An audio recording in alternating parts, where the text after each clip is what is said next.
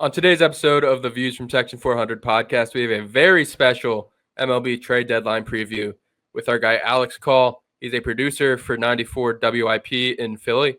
He also contributes to Fansided, to ESPN, a bunch of platforms for Phillies content. Talk to him about the Phillies, the Mets, Cubs, Dodgers, just everything that could happen in this NL pennant race in this trade deadline coming up on Thursday. We also talked some NFL training camp news. Justin Fields is hurt, but apparently back. Treylon Burks is hurt and not back. Joe Mixon is hurt again. Go through all of that. We have our Michael of the Week segment, and we finish it off with our 4 and 400 of things we hate to do. And a little spoiler, I might already hate my draft, so that's fun. It's all coming up next. See you guys soon. And just like that, we're back.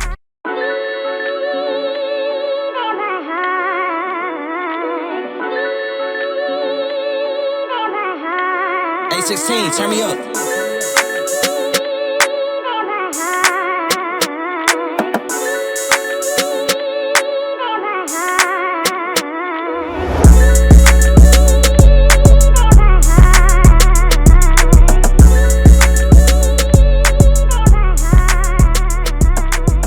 Welcome to episode 195 of the Views from Section 400 podcast. Today is July 28th, 2025.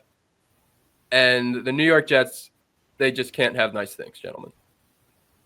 The New York Jets will always jet. I've been saying it since I feel like I've been in the womb. It's a tale as old as time. It doesn't change. It's unfortunate. I've been to some New York Jet games, so I've felt the fan base, the pulse of the fan base and how they feel. And it really is torture being a New York Jet fan. Good news. Apparently the injury's not that serious. We'll wait and see. Yeah, apparently he's already back on the field. But if you're a Jets fan, do yourself a favor. Start enjoying baseball. Watch the Mets. Watch the Yankees. One of those two teams. Both of them, for all I care. Maybe not the Yankees right now. Yeah, I know they've been having a tough stretch lately. But They just traded for Ahmed Rosario. They're typically a fine team to root for versus the Jets. Speaking, I'd say. Versus the Jets, who have just been really, really tough to watch. And yeah, to Matt's point, I grew up going to Jets games. The best thing about those games was honestly seeing Fireman Ed hype up the crowd. That's the most hype they got all game. So nothing's changed from Chad Pennington to Mark Sanchez to Justin Fields. I don't have a lot of faith in the Jets. I also think Fireman Ed is beefing with the Jets right now because they won't put him on the Jumbotron, but that's another story for another day. The New York Jets, 2023, Aaron Rodgers, torn Achilles. 2022, Justin Wilson, knee surgery. 2019, Sam Darnold gets mono. 2015, Geno Smith, broken jaw because he was punched in the locker room by a teammate. Now we have Justin Fields trying to learn a new offense, and he's got a bad toe. I'm very sad. I mean, I'm not a Jets fan. I'm a Giants fan, as everybody knows, but I'd like to see the Jets do well. They're in the AFC. Justin Fields would have been fun on this team, maybe a fantasy late-round pick. I think I've had him on my team like every year just because he can run. This makes me sad, all right? I'm sad for Jets fans. Am I sad for Fireman Ed? I'm not sad for Fireman Ed. I mean, people want to shit on my Jags, but the Jets have been terrible forever. Yeah, I got to jump back for the people watching. There's a picture out there of Brian and his father. I almost brought it up, and then with I the Jets would bring it up. in a Jets jersey. So when he says he's not a Jet fan, the picture contradicts that entire statement. But please continue. Yeah, well, as soon as I said I'm not a Jet fan, I remembered that whole picture, and I on the road with the team. My uncle got tickets and gave me and my father 2 of them. And Wow. I went to the game, and I got a customized hat with the Sean Green logo on the Sean Green's number on the back, and a nice jersey. I think it was a Mark Sanchez jersey. So you went on the road with the team. You want to know what I call those people? Groupies. We went to Indy, and they lost because of the Jets. And then I went to Indy again when the Giants were in the Super Bowl, and they won because of the Giants. and they'll always be the superior franchise. And I'm sorry, Jets fans. Yeah, I mean, look, you're right. It's AFC. It's probably how the Yankees feel about the Mets. No, that's like an until actual now, they've switched rivalry. roles. That's an actual That rivalry. also I feel is like an actual rivalry. the football, the Jets, the Giants, like I feel like you can kind of just root for both. Like it's completely different divisions, conference. Like I don't know. I'm sure some people despise them, but like I feel like I don't know. If Philadelphia had another NFL team and it was in the AFC, like I'd probably root for them. Yeah, I mean it's not like they've ever played in a very meaningful game. The Giants beat them in like week 11 or something on their second run to the Super Bowl when Cruz had that 99-yard touchdown. That's probably the most meaningful game they've ever played in. So there's not enough bad blood between the fans to be like, oh yeah, like the Mets and Yankees have played in the World Series against each other. Yeah, like that's bad blood. Who won that series, Brian? I don't want to talk about it. That Mets team had no business being in the World Series. Not Darryl Strawberry. No. Darryl Strawberry was more recently a Yankee in that series than he was recently a Met. By the way, Pete Alonso needs to break that record. He hasn't hit a home run in forever. He's 5 away from Darryl Strawberry. But we'll talk baseball in a bit. Level of concern for fantasy. I don't know. Is Justin Fields still relevant in fantasy? I remember him his final year in Chicago was unbelievable. Like QB7 or QB6 in fantasy. Has he returned to that level even before this toe injury concern? Anytime you've got a running quarterback, when it comes to fantasy football standards, they're going to be pretty relevant. It's just with how bad his throwing has been over the past, I don't even know, since he's entered the league 4 years at this point. I don't have any faith in him. So top 6, top 7, I can't get there. I can maybe get around 12 to 15 range. So he won't go back to what he was on the Bears down the stretch in that. I don't know. It was like week QB3. Like week 6 to like 14, he was like unreal. I mean, look, on any given week, he can be that number 1 quarterback. He could be a top 3 quarterback. But to ask Justin Fields to consistently give me top 6 output week in and week out when he's probably going to miss a few games this season anyway, I don't have faith in him, man. If there's a team that makes him throw the football, I don't have faith in him to keep up with those points. I'm out on him. Yeah, Justin Fields is like popcorn at the movies for me. It's like I can go in saying I want to be healthy and I'm not going to get popcorn, but everyone knows damn well I'm going to get the popcorn. That's how it is in fantasy drafts with Justin Fields. Like, that's what I did last year. I saw the breaking news when I was working on Sunday morning, and Justin Fields was going to start for the Steelers. I went ahead and grabbed him. I don't think I ever got to use him because I forget who my quarterback was. My team wasn't any good, but I'm going to fall into the trap again. I'm probably going to draft Justin Fields, and the Jets are going to suck again, and he's probably going to get benched for Trevor Siemian when they pick him up the waiver wire in week 8. Who is the Jets' backup? Because didn't the dude from Florida State retired for medical reasons, right? Jordan Travis. Yeah. So he never even got a shot. After that unbelievable Florida State year, gets injured and could go down as one of the greatest what ifs. I think they drafted someone this year. This is an interesting quarterback room. So Tyrod Taylor or Tyrod, depends on the year for what he wants to be called, is their QB2, Giants legend. Adrian Martinez is their third string. I think he's a Nebraska guy. And then Brady Cook, the Missouri quarterback, is their fourth string. So I guess one of those guys will get cut. Week 7. That's Tyrod Taylor. We've seen this song and dance far too many times before. Tyrod Taylor will be starting at one point this year. I mean, it won't because of it might be because of performance, but it's going to be because of an injury, like something with a toe. Yeah, the Jets are a weird team, dude. They got Josh Reynolds starting. They have a fullback on the roster for some reason. I'm not even a huge fan of this Aaron Glenn guy. Maybe he's good. Jack loves him. Turns out to be good, but huge Aaron Glenn guy. Good for Jack. He can be a Jet and Aaron Glenn fan this year, but I'm not sold on him. Is he trying to be Dan Campbell 2.0? I don't know, but I I don't have faith in him being an effective head coach, especially on the Jets need the perfect guy. Aaron Glenn is not the perfect guy. Yeah, I mean, look, I don't know where this is coming from, Brian. I'm not sure I've ever said that I'm a big Aaron Glenn guy. There's a clip about you saying you're a huge Aaron Glenn guy. I like his attitude, like the way I like Dan Campbell's attitude. Confirmed Aaron Glenn guy. I'll say it again. I like his attitude the way I like Dan Campbell's attitude, but that doesn't mean that I think that he's the savior for the New York Jets organization, man. I mean, they have been terrible. Is there a video out there that contradicts? Yeah, well, you're throwing that clip of Jack saying he's a huge Aaron Glenn guy, and I believe right away I said you're not a huge Aaron Glenn guy. Look, I like Aaron Glenn. I'm feeling that he can come in. You don't like Aaron Glenn. What do you like about Aaron Glenn? I like him more than what the Jets have had. Can I say that?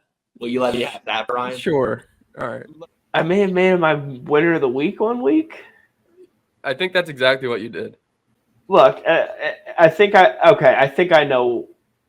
If I remember correctly, I'm going to guess it's because I made him my winner of the week because he told Aaron Rodgers to hit the high road or whatever it was. We're not dealing with that there, setting the tone, which I do like. Again, I don't think that he's going to be the Lord and Savior for this Jets team. Right? He's not actually getting on the field and doing anything. It's going to be Justin Fields and who did you say? Josh Reynolds? I know they got Garrett. Alan Lazard. I got Garrett Wilson. Garrett Wilson is legit. I'll give him that. Their offensive line is okay. I like the running backs. I just what do they got, man? They're not competing with the Bills.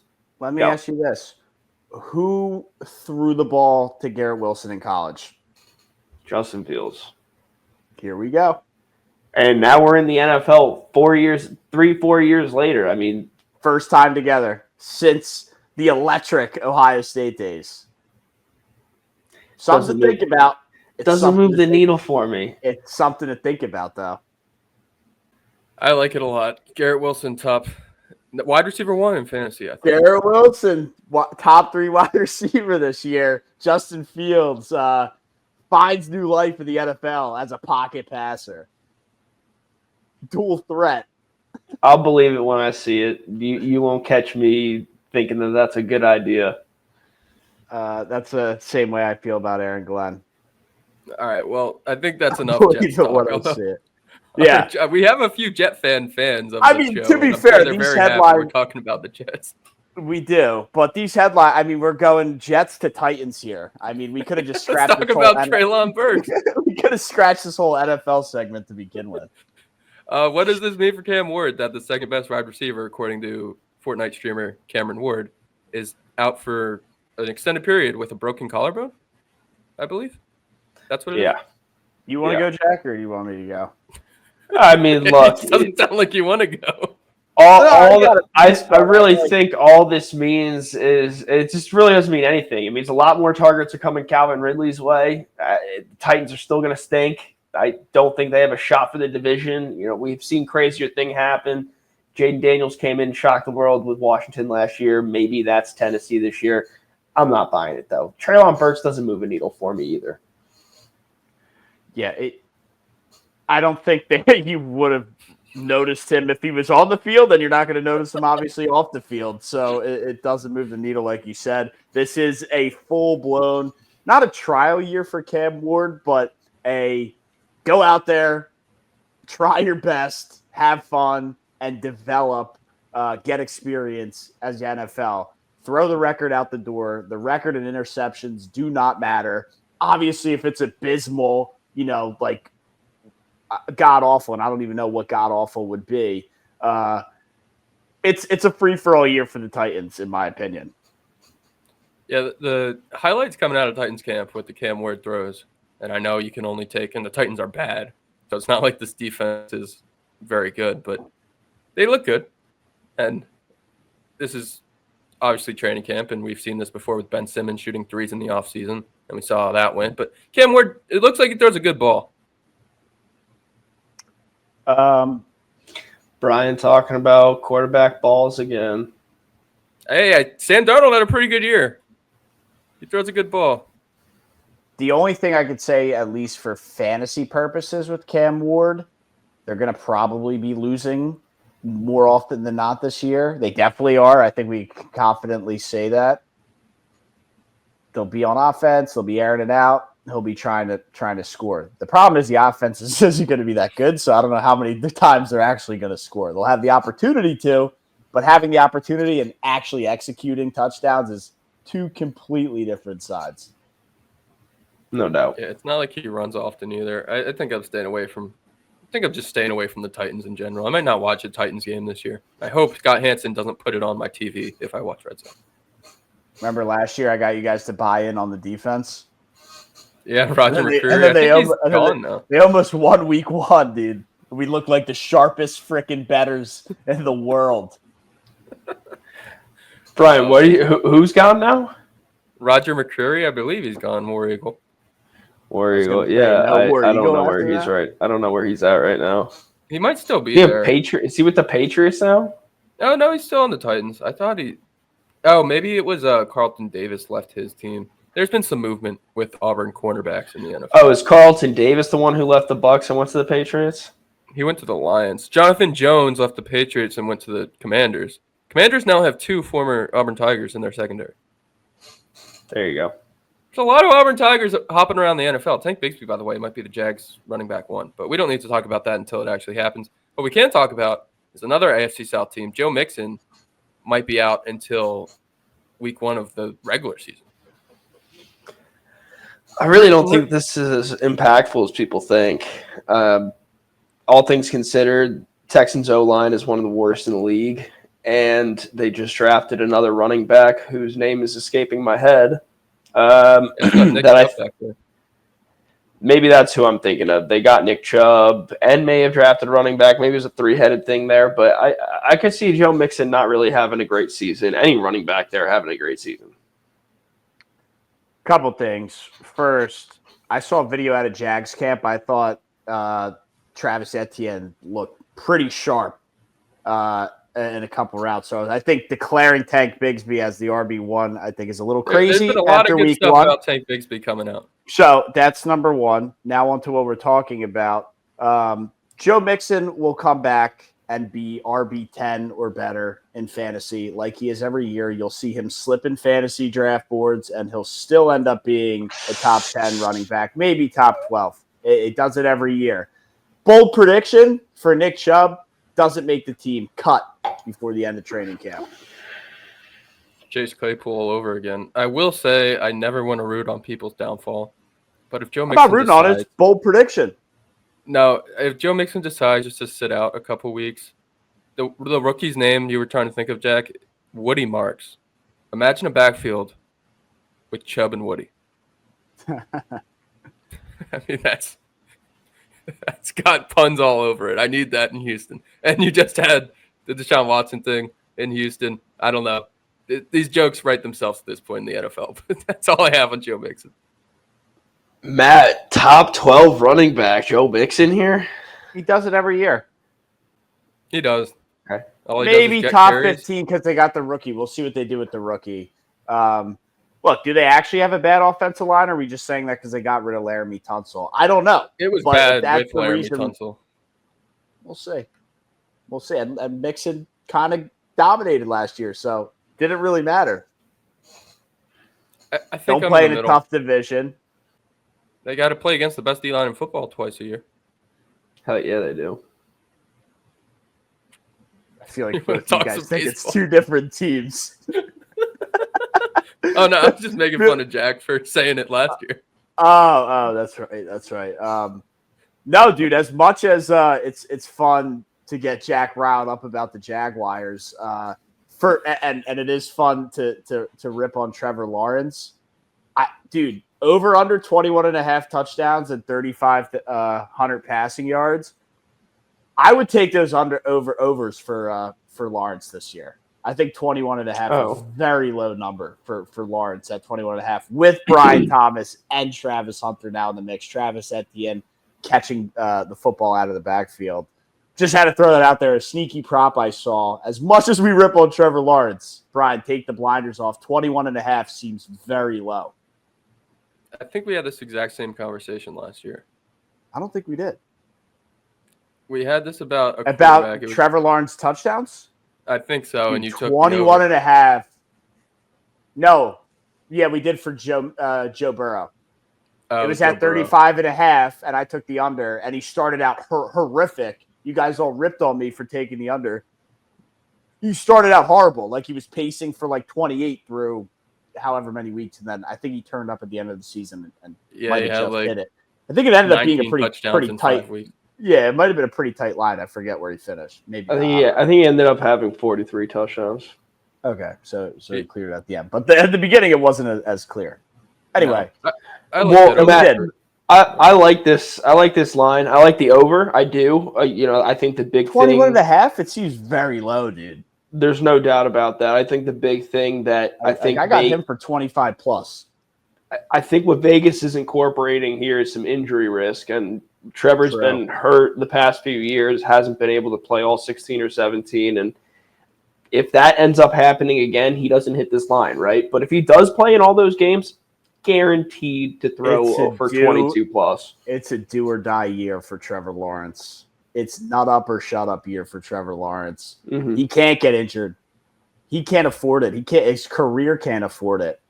The injury risks are there, but it can't happen. Yeah, it can't happen.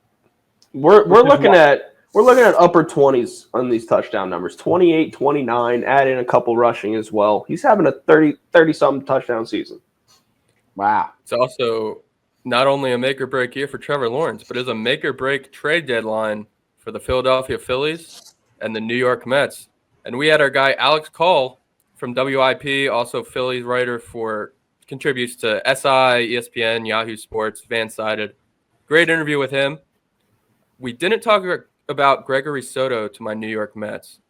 Had a lot of Phillies stuff. I love the Soto move. You'll hear more about that on our website. I'll write a blog soon. But right now, here's Alex Coll. All right, we now welcome on a very, very special guest. It's Alex Coll. He does sports radio for WIP in Philly. Also a contributor. A lot of Phillies articles for MLB Trade Rumors, SI Now, Fan-Sided. Alex, thank you so much for coming on, hanging out with us out in the nosebleeds. Dude, you guys are called the 400 Club, so that's where I sit at every game. So it was you guys and nobody. Hell yeah, you're one of us. Had to. Yeah, we absolutely love that, dude. But obviously with the MLB trade deadline right around the corner, big Phillies guy, been seeing a lot of stuff you're tweeting out.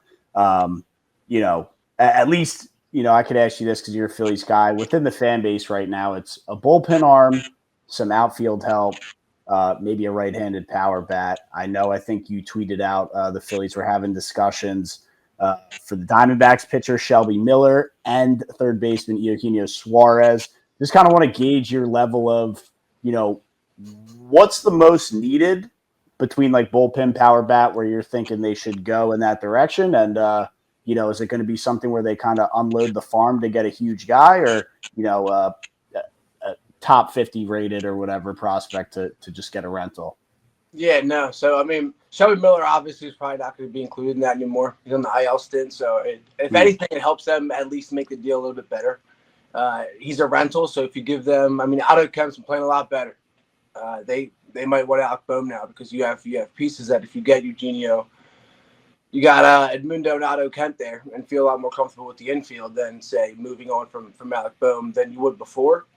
But I still think it's the someone to close out the games is probably number one priority. I think that Eugenio Suarez is to get that done. It says it pretty much takes all locks off the team. Like if they don't win the World Series, you make that type of move. You can't blame anyone. You can't blame Dave. You can't blame Topper. You can't blame that stuff. You just got to blame the players. You gave them all they had, but it's got to be an arm.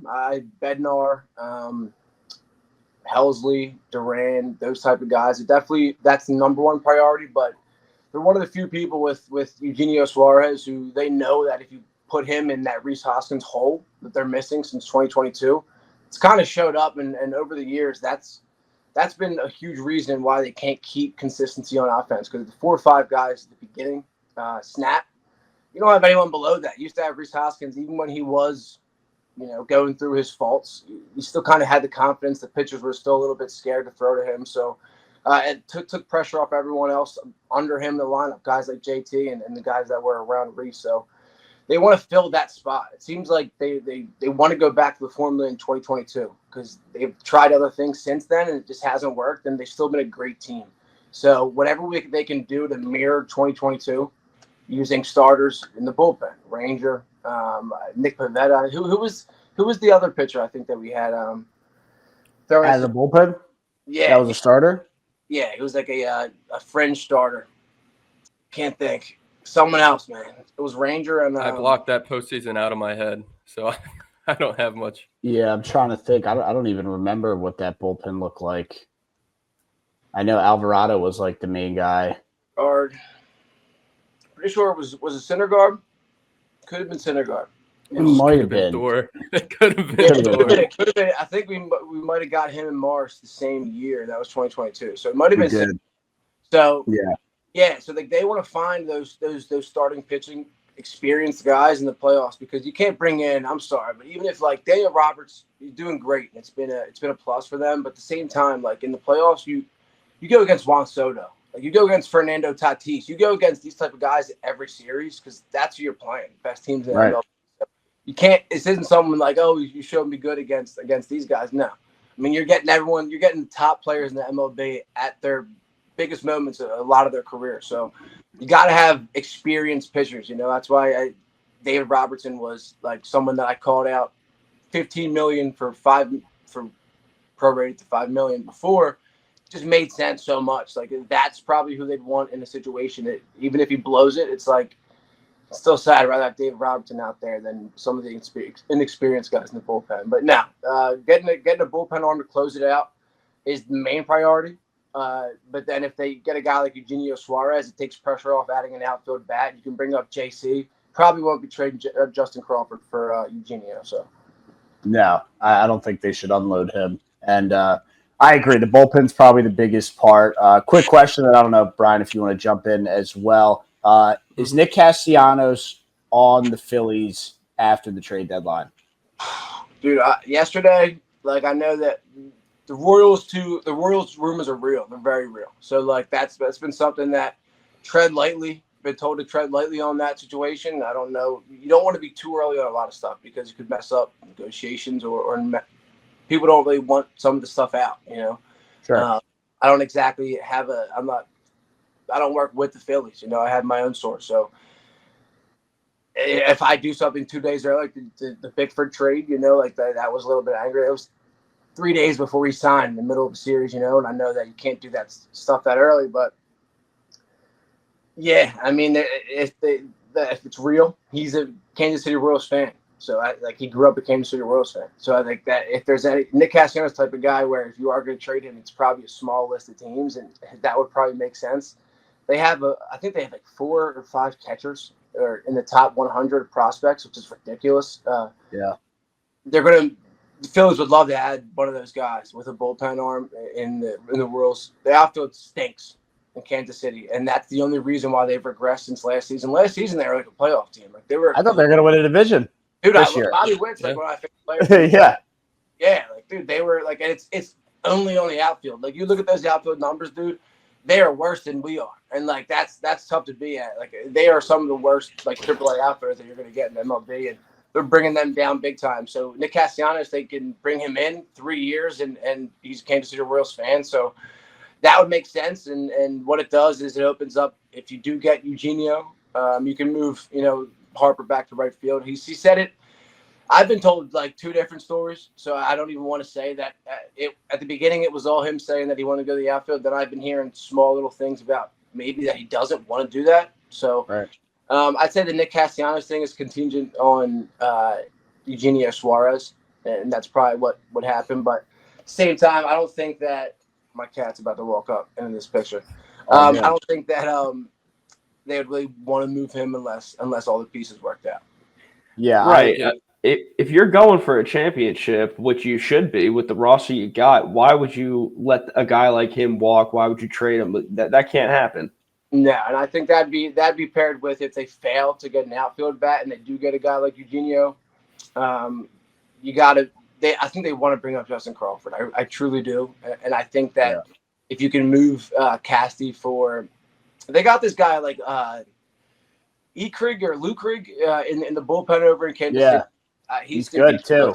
He's good. Yeah. And like I think that they would part with him for maybe, Casty and throw us a catcher in there. We give them maybe Griffin Burkholder or someone young who you might be in some other trades too. But if you can steal some pieces off a team like Kansas City, who doesn't really need their bullpen and outfielders, because that's not at all something that makes that team good. And the Phillies want to take advantage of that. Kansas City is a team that always is in change, like the Marlins, So they want to get out of that forever turnover type thing, and they'll do whatever they can. If Nick Castellanos is a vet that they can add for 3 years, I think they would do that. Yeah, the Royals also have a pretty good starting pitcher over there. That would make me very sad to see him and Zach Wheeler go back-to-back in the playoffs. But I think this trade deadline is just really fascinating because the Mets and Phillies have been going back and forth all year, and they have really the same needs. They both need bullpen arms. They both need a power bat, and they both need a starting pitcher. And last year, the Phillies kind of had a not-so-great deadline, getting Austin Hayes, getting Carlos Estevez, ultimately serving up the game-winning home run to Lindor in the NLDS. And that kind of happened because they didn't give up these top prospects. Yeah. Meanwhile, the Mets kind of gave up those guys, and they had a good deadline, but they weren't kind of there to be a threat for the division until the playoffs when they knocked them out. Get my shots in now while I can.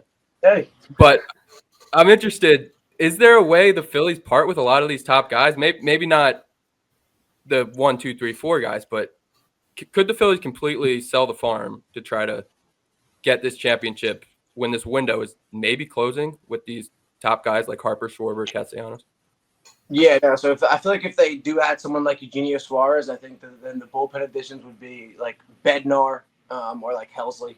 They'd probably stay away from the controllable guys that are going to cost them more than prospects.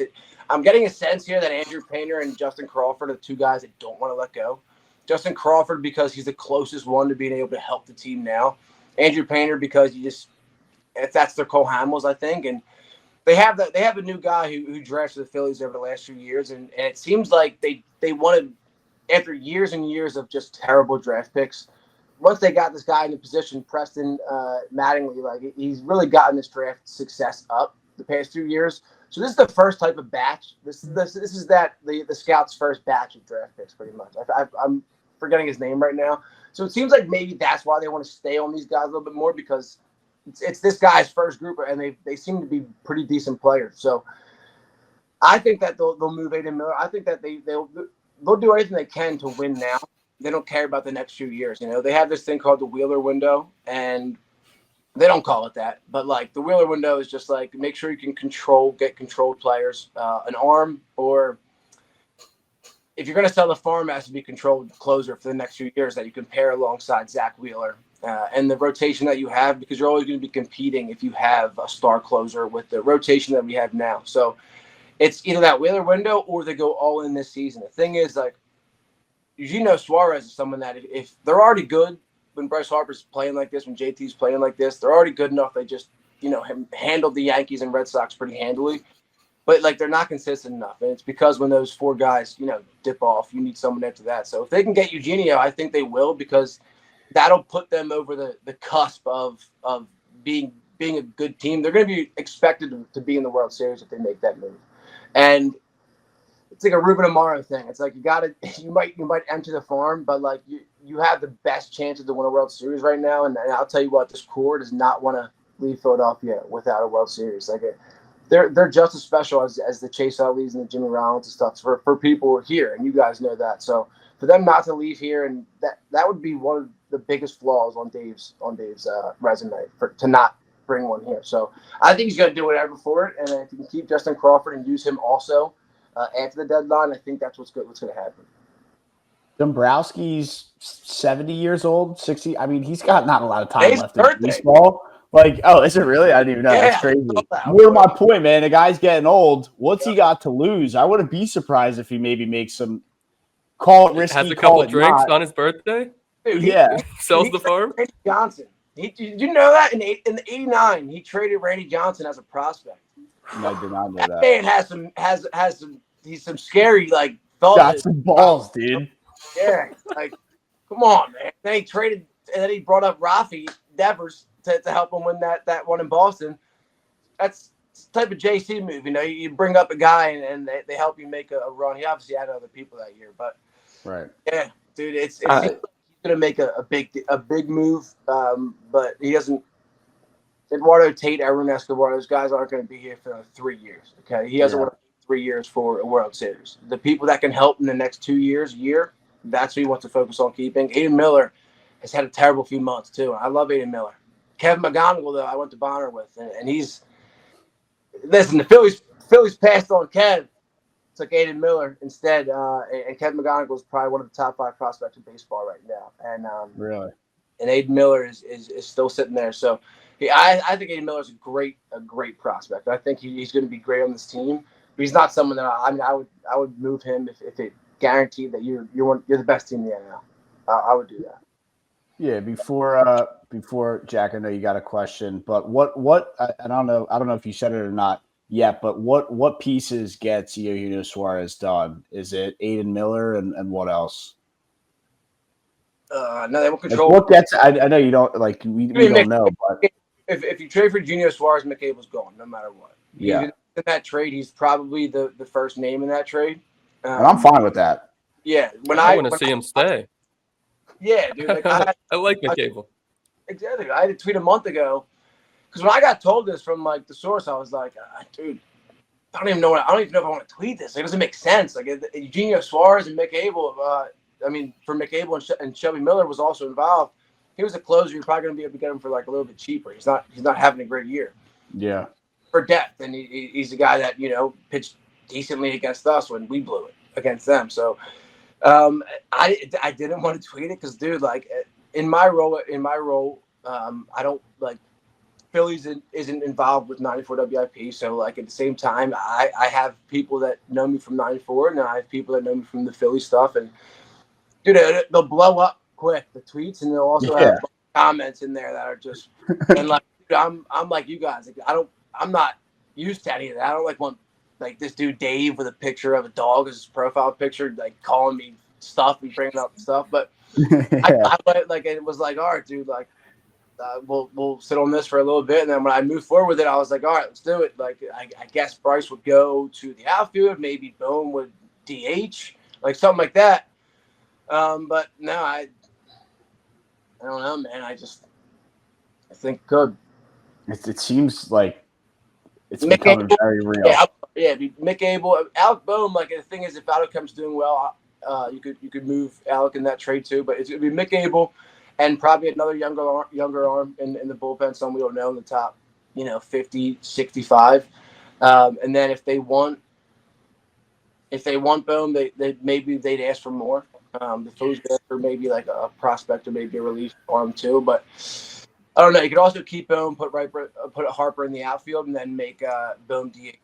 Keep Kyle in left like he did today. Move on from Kepler, but then it kind of shuts down the Justin Crawford plans. So Justin Crawford might be used to get that closer. So you don't really know. Like they want to add two pieces still, and if they add Eugenio and a closer, I mean, it's going to take some pieces. So yeah, you're going to have to start getting some prospects off the board, and I don't know. I think we'll see what David Robinson can do in maybe an 8th inning role. I think that's his ceiling for this team. Yeah. And then you need to get a shutdown, lights out closer. I'm fine if you want to go after an Emmanuel Clase or Yohan Duran and give up a little bit more. I think they need to shore up the lockdown, solidified closer. I'm down to roll the dice on Robertson for the 8th inning only. I don't need to see him in the 9th. 100%. No, but with the arms, I think my guess for you guys with what I'm hearing for sure, I think the likeliness would be Bednar, and then it would be Helsley. Preston Mattingly has been in love with Helsley for a while. Helsley's getting traded no matter what. He's going to be moved. I don't know who it's going to be. Dodgers and Mets would probably love to overpay for him, and Mets have Edwin obviously, but he's a rental and he'll probably re-sign if he goes somewhere, and if he wins, he might not, but the Phillies have loved like Helsley for a while. It doesn't fit their agenda right now with that controllable arm. But like, I'll tell you what, if Helsley wants to go somewhere, it's going to be the Phillies, and that's probably going to be his number one.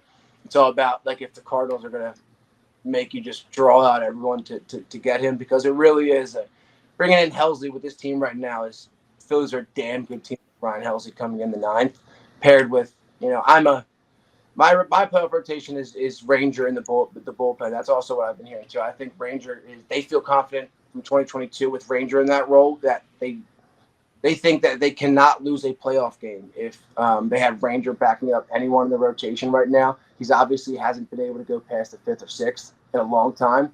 That gives you the excuse to tell Scott Barnes, listen, we know he's a great pitcher. He can get the money no matter what. He showed a lot of teams he's good this year.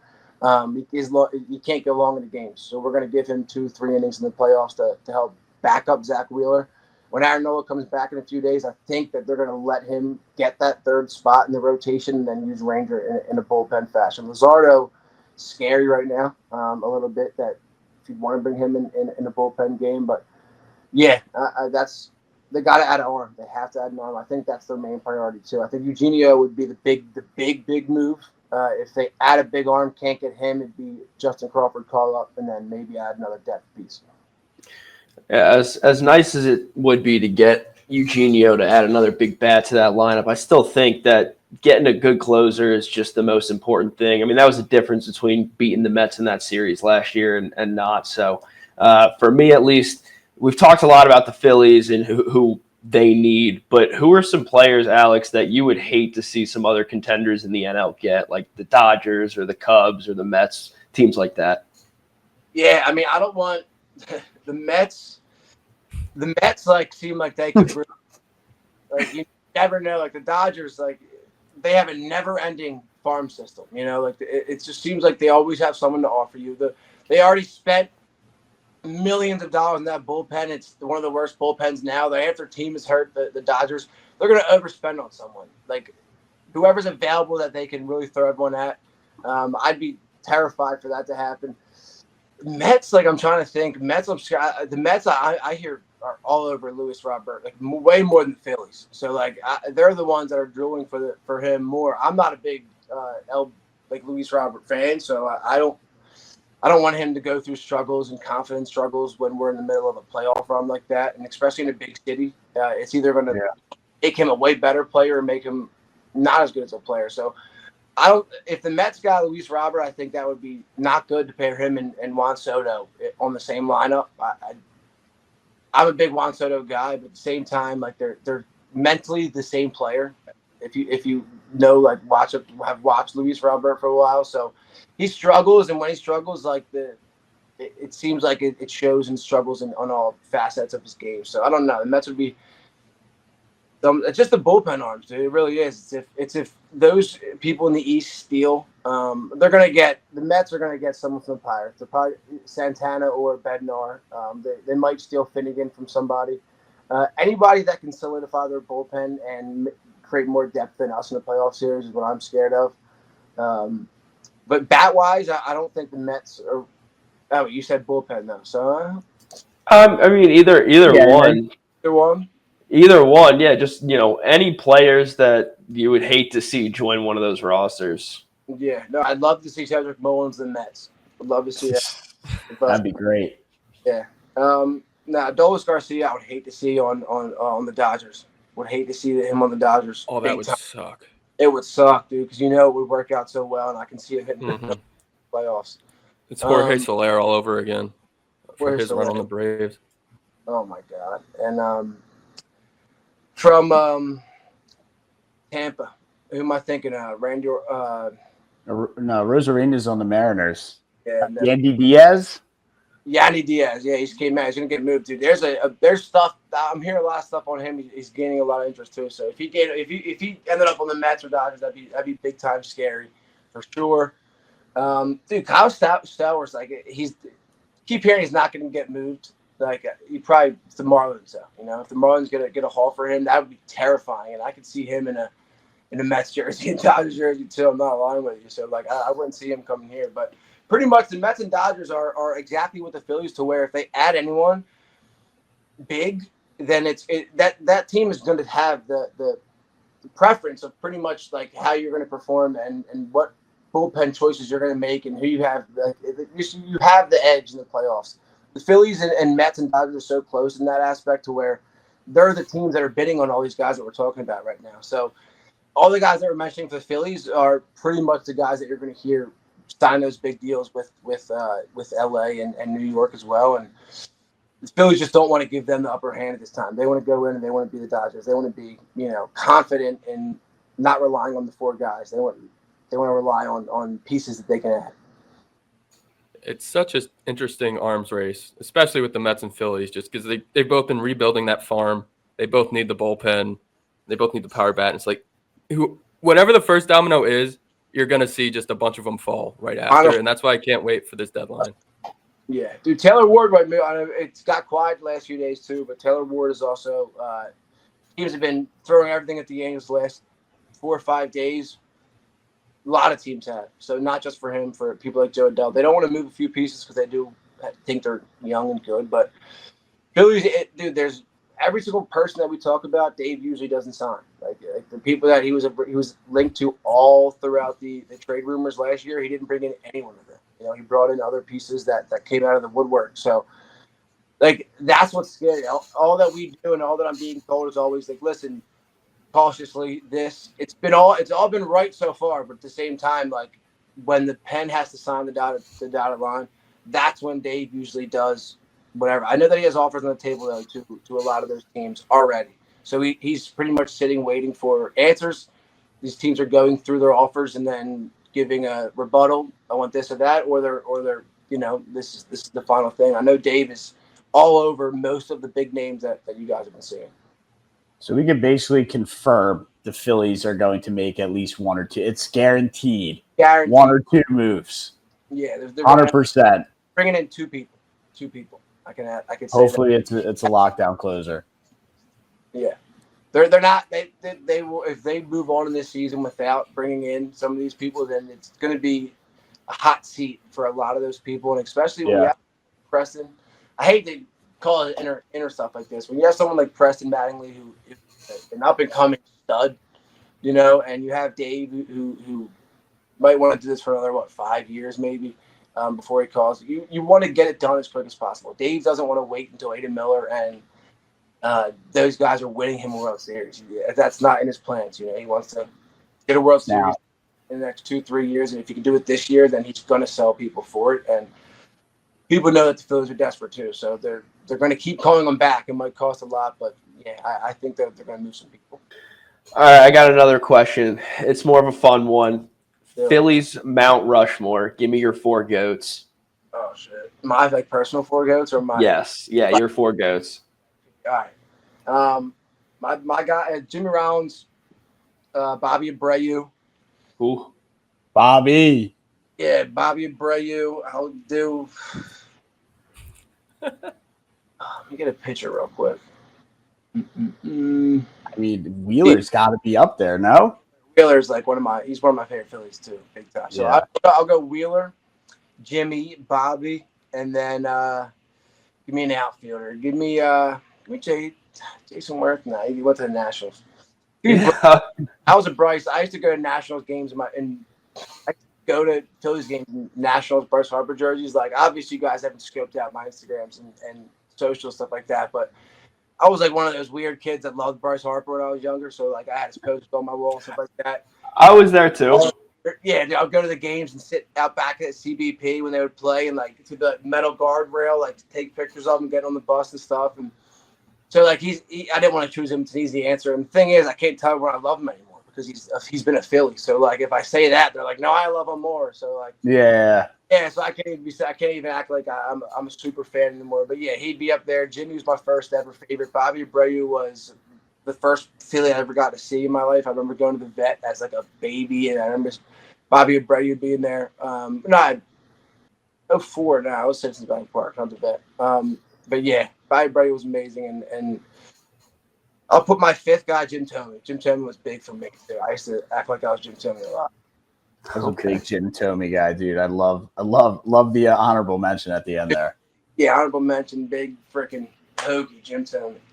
Yeah, the original big piece, dude, before Ryan Howard. Yeah, yes, that was the full meal, dude. That was big time. Ron Howard too. That his wife Crystal Campbell was my third grade teacher. Wow, an Eagles that is cheerleader. pretty nuts. She was at Westchester. She was at Westchester becoming like a student teacher. You know how when you're in school, you got student teachers that would come here. Well, she came at the beginning half of the school year. And my teacher herself had like something happened in her life. Like God bless her. I don't even know where she's at now in life, but she ended up like having not being able to teach that year. So her name was Crystal Campbell at the time. Was my teacher for the whole year. She was an Eagles cheerleader. We'd have assemblies with like the Eagles cheerleader stuff like that, and then the next year she ended up marrying. She was on Say Yes to the Dress with Ryan Howard and stuff, and I was cool. I see her down the Wildwood Boardwalk every now and then, and she's with Ryan Howard. It's cool because I can walk up and she's like, Alex, hi. Yeah, she knows who you are. That's sick. Man, He's just what's up, dude. That guy mashed baseballs like nobody else. He's up there with some of the best mashers. Yeah, some of the best memories you'll ever have are just him hitting a home run and watching it into the night. Unless it's in the home run derby against David Wright. Yeah, how about David Wright? Got his number retired and all that stuff, and had a career. Yeah, they lost. Record against. Okay, yeah, losing record is not a third base stat. He tried his hardest. The Wilpons really he did dug what him he a deep get. hole. He went to the World Series before. It was pretty cool. They hit a home run. Right? One game they won. Wish everyone else. Alex, thank you so much for coming on. I do have one last question for you. It's our SeatGeek question. Use code VIEWS400 at checkout for $20 off your first SeatGeek purchase. You're a Temple guy. Me and Jack are Auburn guys. We know a lot about heartbreak in the fall. Do you have any hope for the Temple Owls football program this fall? Well, like I hope you guys know I played football at East Stroudsburg for 2 years, transferred to Temple, played football there for a year, then got cut. So like, nice. So my your relationship with the program. Yeah, so like you're talking to someone that played football at Temple. So like, yeah, I mean I got cut by Rod Carey, and like ever since then, man, didn't have much faith in them. But like again, I'm big TU guy, so I'll put my life on the line for TU to rep them. They were once a great tradition. TU was a great tradition in this city. They were the heartbeat of this city, and they fall out of that category. But yeah, I mean, I'll take their over and wins. Yeah, the over's 3 wins on betting sites right now. Are you kidding me? Yes, they're Is it 2.5 or is it 3.5? It's like 3. I took Kyle Pagan from. Yeah, you had him on the show. Yeah, dude. So I used to be his video guy, like for for that. So like he's the Temple guy. So me and him tried, being ambassadors for him, and he put it up. Was it 3.5 or? Yeah, I saw him do a video, and I knew he was taking the over all day long. I don't know. These little schools in the American now, like they're getting a few wins here. Plus, they got to get 2 at least. They'll beat UMass in the opener. Yeah. Then they got Howard. They'll start 2-0. That's what I'm saying. They'll get 2 wins. Yes. So where's their 2 more? I gotta look at the schedule. I mean, I'm definitely not up to date on the Temple's football schedule this season. But you know what? Oklahoma week. What's that? Week 1. Look at Oklahoma week 1. It's week 3, so you can start. You can start 3-0. Biggest upset of the year, right there, baby. Is there Temple this year? It's at the link. I know, dude. Oh my God. 14th, right? Yeah, September 13th. September 13th. The next day is Eagles Chiefs. So that's going to be a great. Is that at the lake as well? It's not. It's in Kansas City, but dude, we keep going to Kansas City. When are they going to come here? I know, because it was that extra game. I think a year ago when they changed the schedule that we got the Chiefs. So like that's why we haven't seen them here. So this is the time where we actually are getting that division in the cycle. Okay, that makes sense. But yeah, I mean, best of luck to the cherry and the white. I'm right in Fishtown, dude. I live in the city. I don't have much affiliation to Temple, but I'll definitely root for the hometown squad, of course. Yeah, I'll take it in Maxie's. All right, let's go, dude. I'm down. Thank you guys for having me on, though. Yeah, thank you so much for stopping by and talking some ball, and hopefully the Mets win the deadline. Hey, man. If they bring in Kyle Finnegan and Cedric Mullins, I think they'll have a good shot at the World Series. Yeah. For Matt's sake, for Alex's sake, I hope that you guys, the Phillies, can pull in a closer, just so they don't have to blow series leads to the Mets again in the playoffs. But Alex, thanks so much for coming on, man. No problem, guys. Thank you. Have me on again soon. All right, Michael of the Week. I hated that. Not presented by SeatGeek. Now we get to our Michael of the Week, not presented by SeatGeek today. SeatGeek is presenting our 4 and 400, which we'll get into next. But right now, Matt, let's hear your Michael of the Week. Yeah, so huge baseball series up in Boston, Fenway Park, the Boston Red Sox, and the LA Dodgers. You figure the stadium will be packed. Obviously, two big fan bases. I don't know if you guys saw the Dodgers have been doing takeovers in cities and marching around and trying to fill the streets and doing big march throughs.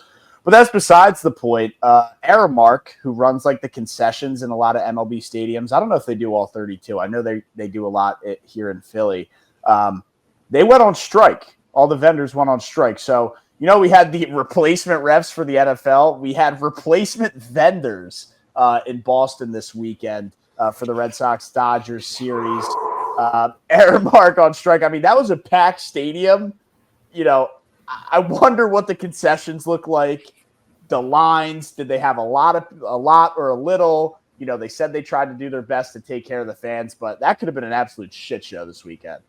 That's a big series to be missing your freaking concessions work. Yeah, you cannot be understaffed for that. Yeah. Well, they were standing outside the stadium banging pots and pans doing their protest. Just trying to get the pitchers rattled. Just trying to prove their point. There was a quote from a customer. They said, I saw an ice cream line there. Was at least 75 people in line. Wow. So it was a shit show in Fenway this weekend. They probably hired high school kids and they're trying to make the ice cream and it's just not going well.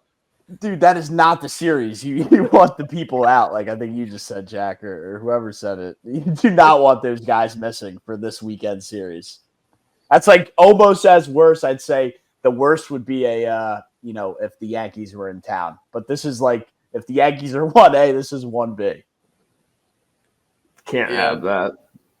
One of the main reasons they went on strike apparently is they want to get rid of, obviously they want to get paid more, but they also want to get rid of those self-checkout kiosks, which I feel have helped a lot in terms of me getting something and then getting back to my seat in a time. And I'm always going to support people getting paid. There's got to be a way for them to still have a job and restock the self-checkout kiosks and just convert that over.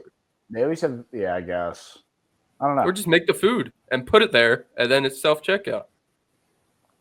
I don't know. There's got to be a solution. How does it happen mid-season? Before a huge weekend's here. Dude, 75 people in line. At a baseball, we've all been to a baseball for ice cream. That's a lot of people. That's a lot of people. That's a lot of freaking people. That's like a 45-minute wait. You're gonna miss 3 innings.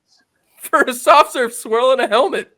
Also, who's the moron waiting in that line? Yeah, that's what I'm saying. I'm just sitting here in disbelief. Who is waiting in a 45-minute line for ice cream? I don't know. Those helmet ice creams hit different. They do, but dude, you gotta weigh your pros and cons here, and that line is way too long to justify a fucking ice cream in a baseball hat. Yeah, that is way too long. Maybe that's a Michael in a week. There's a lot going on in that one.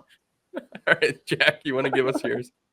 Yeah, so, I was scrolling the good old Interverse the other day, and I saw this graphic of all the presidents, in a list, and then all of the teams who have won a Super Bowl during, their administration, 4 years, 8 years, whatever it is.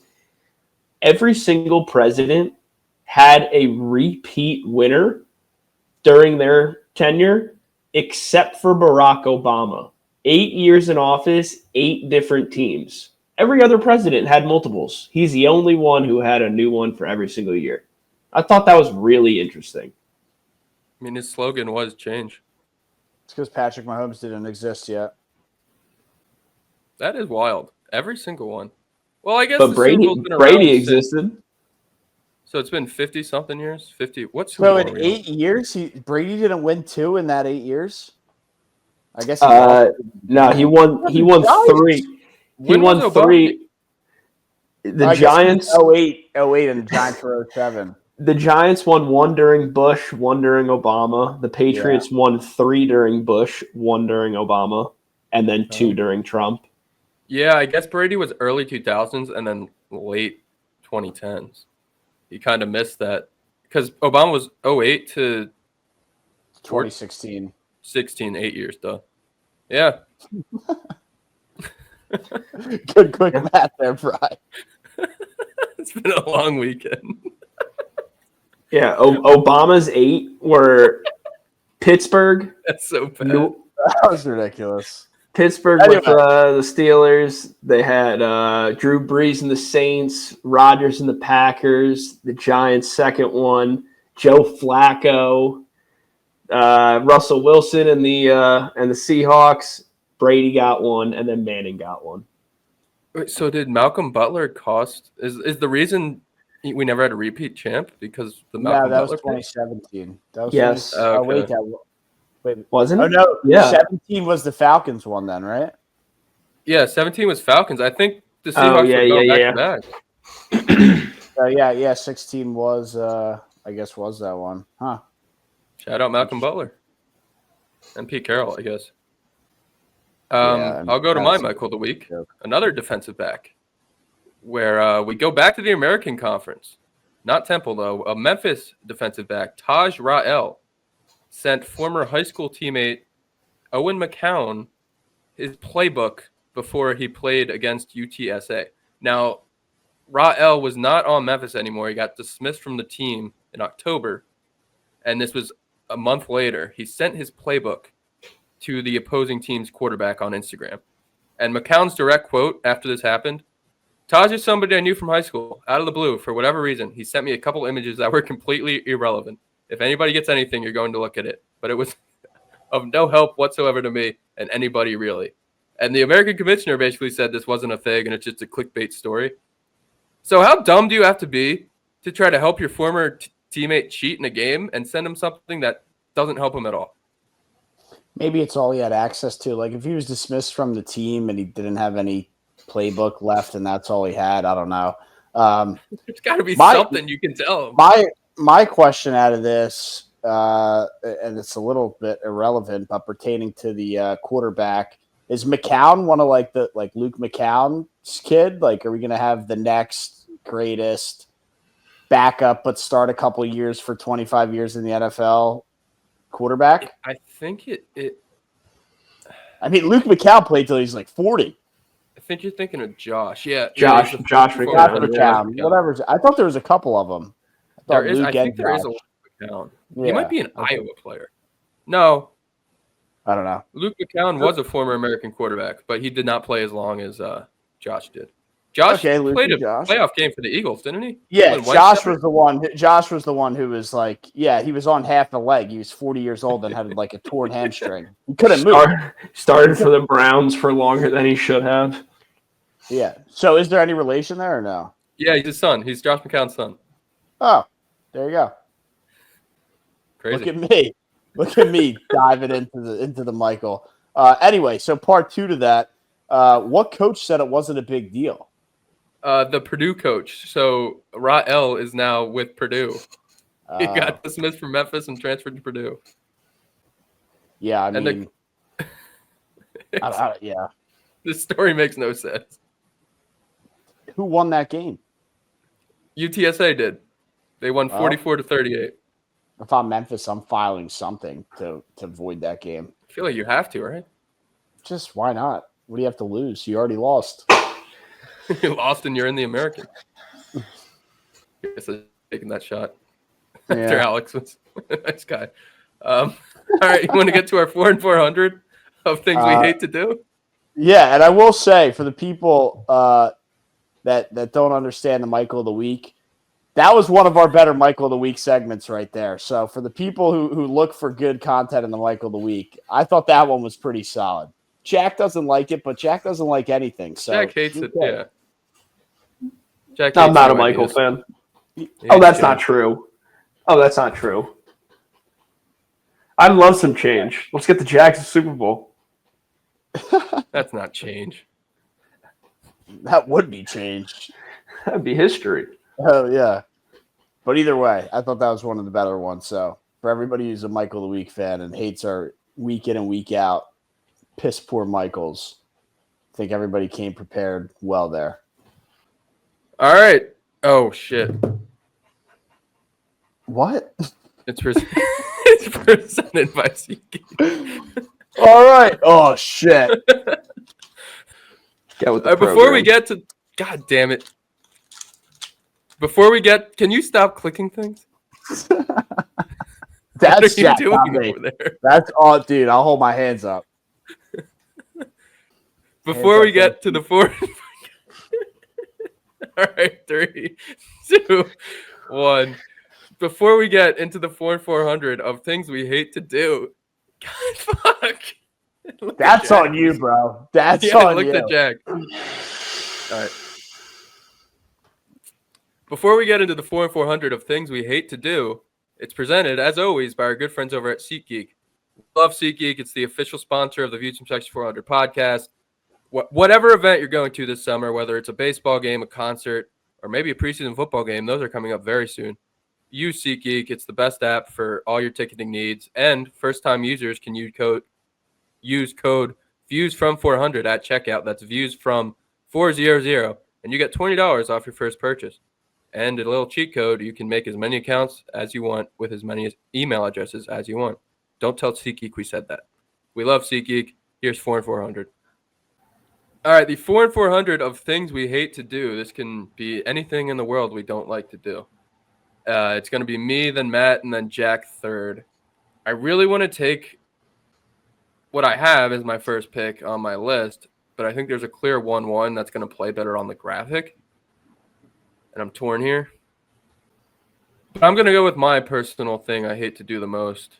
It might be a mistake for votes, but fuck it. Wait in line. I hate waiting in line. Yeah. Agreed. Mine was going to be sitting in traffic. Does that count? Or is wait in line? It's different. I think it's waiting. different. I had both on my list. Yeah. Sitting in traffic, I can't. Infuriating. Both good ones. I definitely kept with a more of a sports theme, but I'm going to go with getting injured as my 103, I guess. That's a good Getting one. injured. I didn't mean, have you it, surprisingly. You don't have to be playing a sport to get injured, and it definitely sucks. So, Yeah, shit. You could be sitting in traffic and have an aneurysm, you know? definitely. But, hernia or something. And then the next one's going to be waking up early. Fuck. Agreed. I thought I was going to get that on the back end. Sorry, Brian. You know what's weird? I think I'm just a weirdo. I hate waking up early, but like I can easily be a morning person and like wake up early. But I freaking hate it. It's not hard for me to do, but I absolutely hate it. Yeah, something with the brain chemistry, man. When I get up in the morning earlier than I want to be up or earlier than I, Right. should be up, Like, I you have can to be do up for it. something. It's I'm just doable. angry. Yeah. I'm angry. Pissed off. Best. Freaking best. Okay, so my turn. Here's a good one that everybody absolutely hates and very relevant recently. Going to the DMV. Mm-hmm. And Yeah, recently, very good. because we have to all get our IDs now to fly or whatever. You didn't have a real one? No, I have a driver's license. Yeah, but they give you like the option to get the real ID. I mean, I dude, got mine my like 5 years ago. I got my driver's license like I don't know. I guess, did you ever have to get another one? Like you never had to No. renew? It expires Okay. next year in 2026. There you go. Yeah, I had So to renew mine. Either way, having to do that or not having to like do that with the IDs, going to the DMV sucks. No doubt. All right. Fuck, I get two here.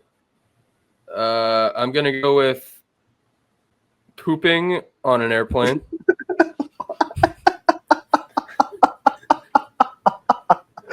Bro, you poop on airplanes? Not unless I absolutely have to. I thought that was like frowned upon. It is, but like sometimes you just have to go. Like, dude, there's no water. Like, you're just blowing that thing up. Yeah, it sucks. I hate to do it. Oh my god, dude. You are one of a kind. Even if I gotta go, like, I've never been in a crunch where I'm like about to shit my pants and have to go so bad on an airplane. But even if I did have to go, I feel like I'd still hold it until I got off the plane. Man, somehow, some way, you just always got to bring up pooping or something, man. Brian is the poop king. Big poop guy. Big poop guy. And then my second one here is going to be making the bet. I know I should always do it, but I hate doing it. It's easy. Grow up. It's easy, but it is annoying. I agree. Yeah, it's like one of those things. It's like it takes 10 seconds, but like I don't want to another fucking do task. Another task. I agree, but it is nice getting into a made bet as well at night. So yeah, there is a nice trade off. All right, am I up? Yeah. Doing laundry. Yeah, I had it. Doing laundry. It's a good one. You got to wait. You put it in. It's a process that I hate doing. And then, like, you got to fold the clothes, put them away. It's all to just get them dirty and do it again in frickin' 5 or 6 days or whenever you do your laundry again. Sometimes multiple times a week, depending on how everything plays out. But pain in the ass. Totally agree. Yeah, with my third, I'm going to go with forgetting things. I absolutely hate when I forget things. Yeah, that plays. And when you like leave the house, like you had some at the house, you don't remember. And then what you're it like is. 45 minutes away, and there's nothing you can do. You're like, I'm not going back for it. I'm already committed. The worst. Sometimes can ruin whatever you're going to do.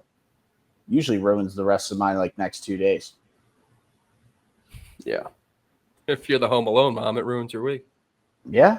Forgetting the kid at home.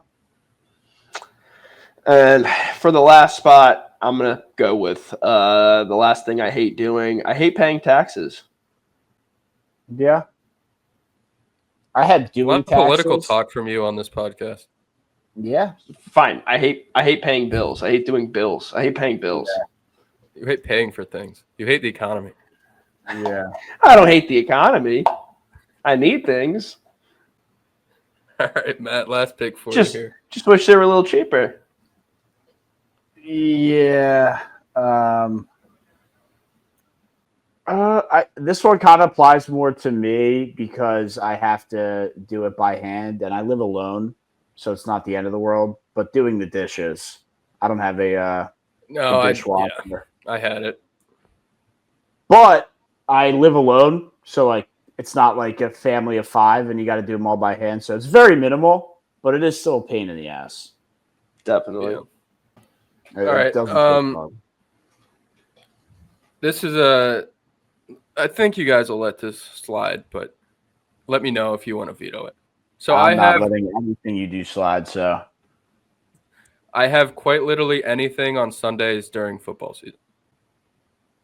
Very broad. It'd be better. It would be better if you can phrase that a little bit better. It can slide. You were scheduling conflict. If you on a football Sunday, here's what I'll accept. If you're no football Sundays coming up, Scott Hansen, NFL Red Zone, the whole 9, and Rose is like, we're going to do fucking fall pumpkin patch today. That I will accept. Or just like significant other wants to go do some outdoorsy. Significant other makes plans on football Sunday. Makes plans on football Sunday. Okay. Yeah. That'll be that doesn't include anything to do with football. Like, because they can make plans. Oh, let's go get lunch. And there's TVs. Okay. You're still watching. Like, make plans that it's like, yo, let's go like to the pumpkin patch and take fall pictures on football Sunday. Right. Yeah, that plays. All right. I'll let that So one go. I guess all of us like our jobs. No one said work. That's what I thought the clear 1-1 would be. No, I mean, hey man, if you love what you do, you never work a day in your life. I don't have a job.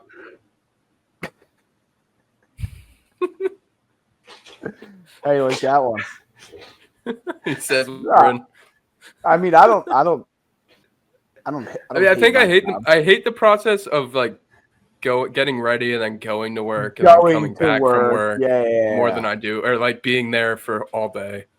So I would more more than say actual work. commuting. Yeah, but would you be- kind of took traffic, so I don't know I if commuting know. would play. I know. Other stuff I had is cleaning my apartment, flossing, drugs. That would have played well for the parents that listen. Finding parking. Wait, what had to do with drugs? I just had drugs. Like, Things we hate to do. Brian hates doing drugs. oh, all right. Going through the job finding process. That could have been a good one. Unpacking. Still haven't unpacked for my vacation.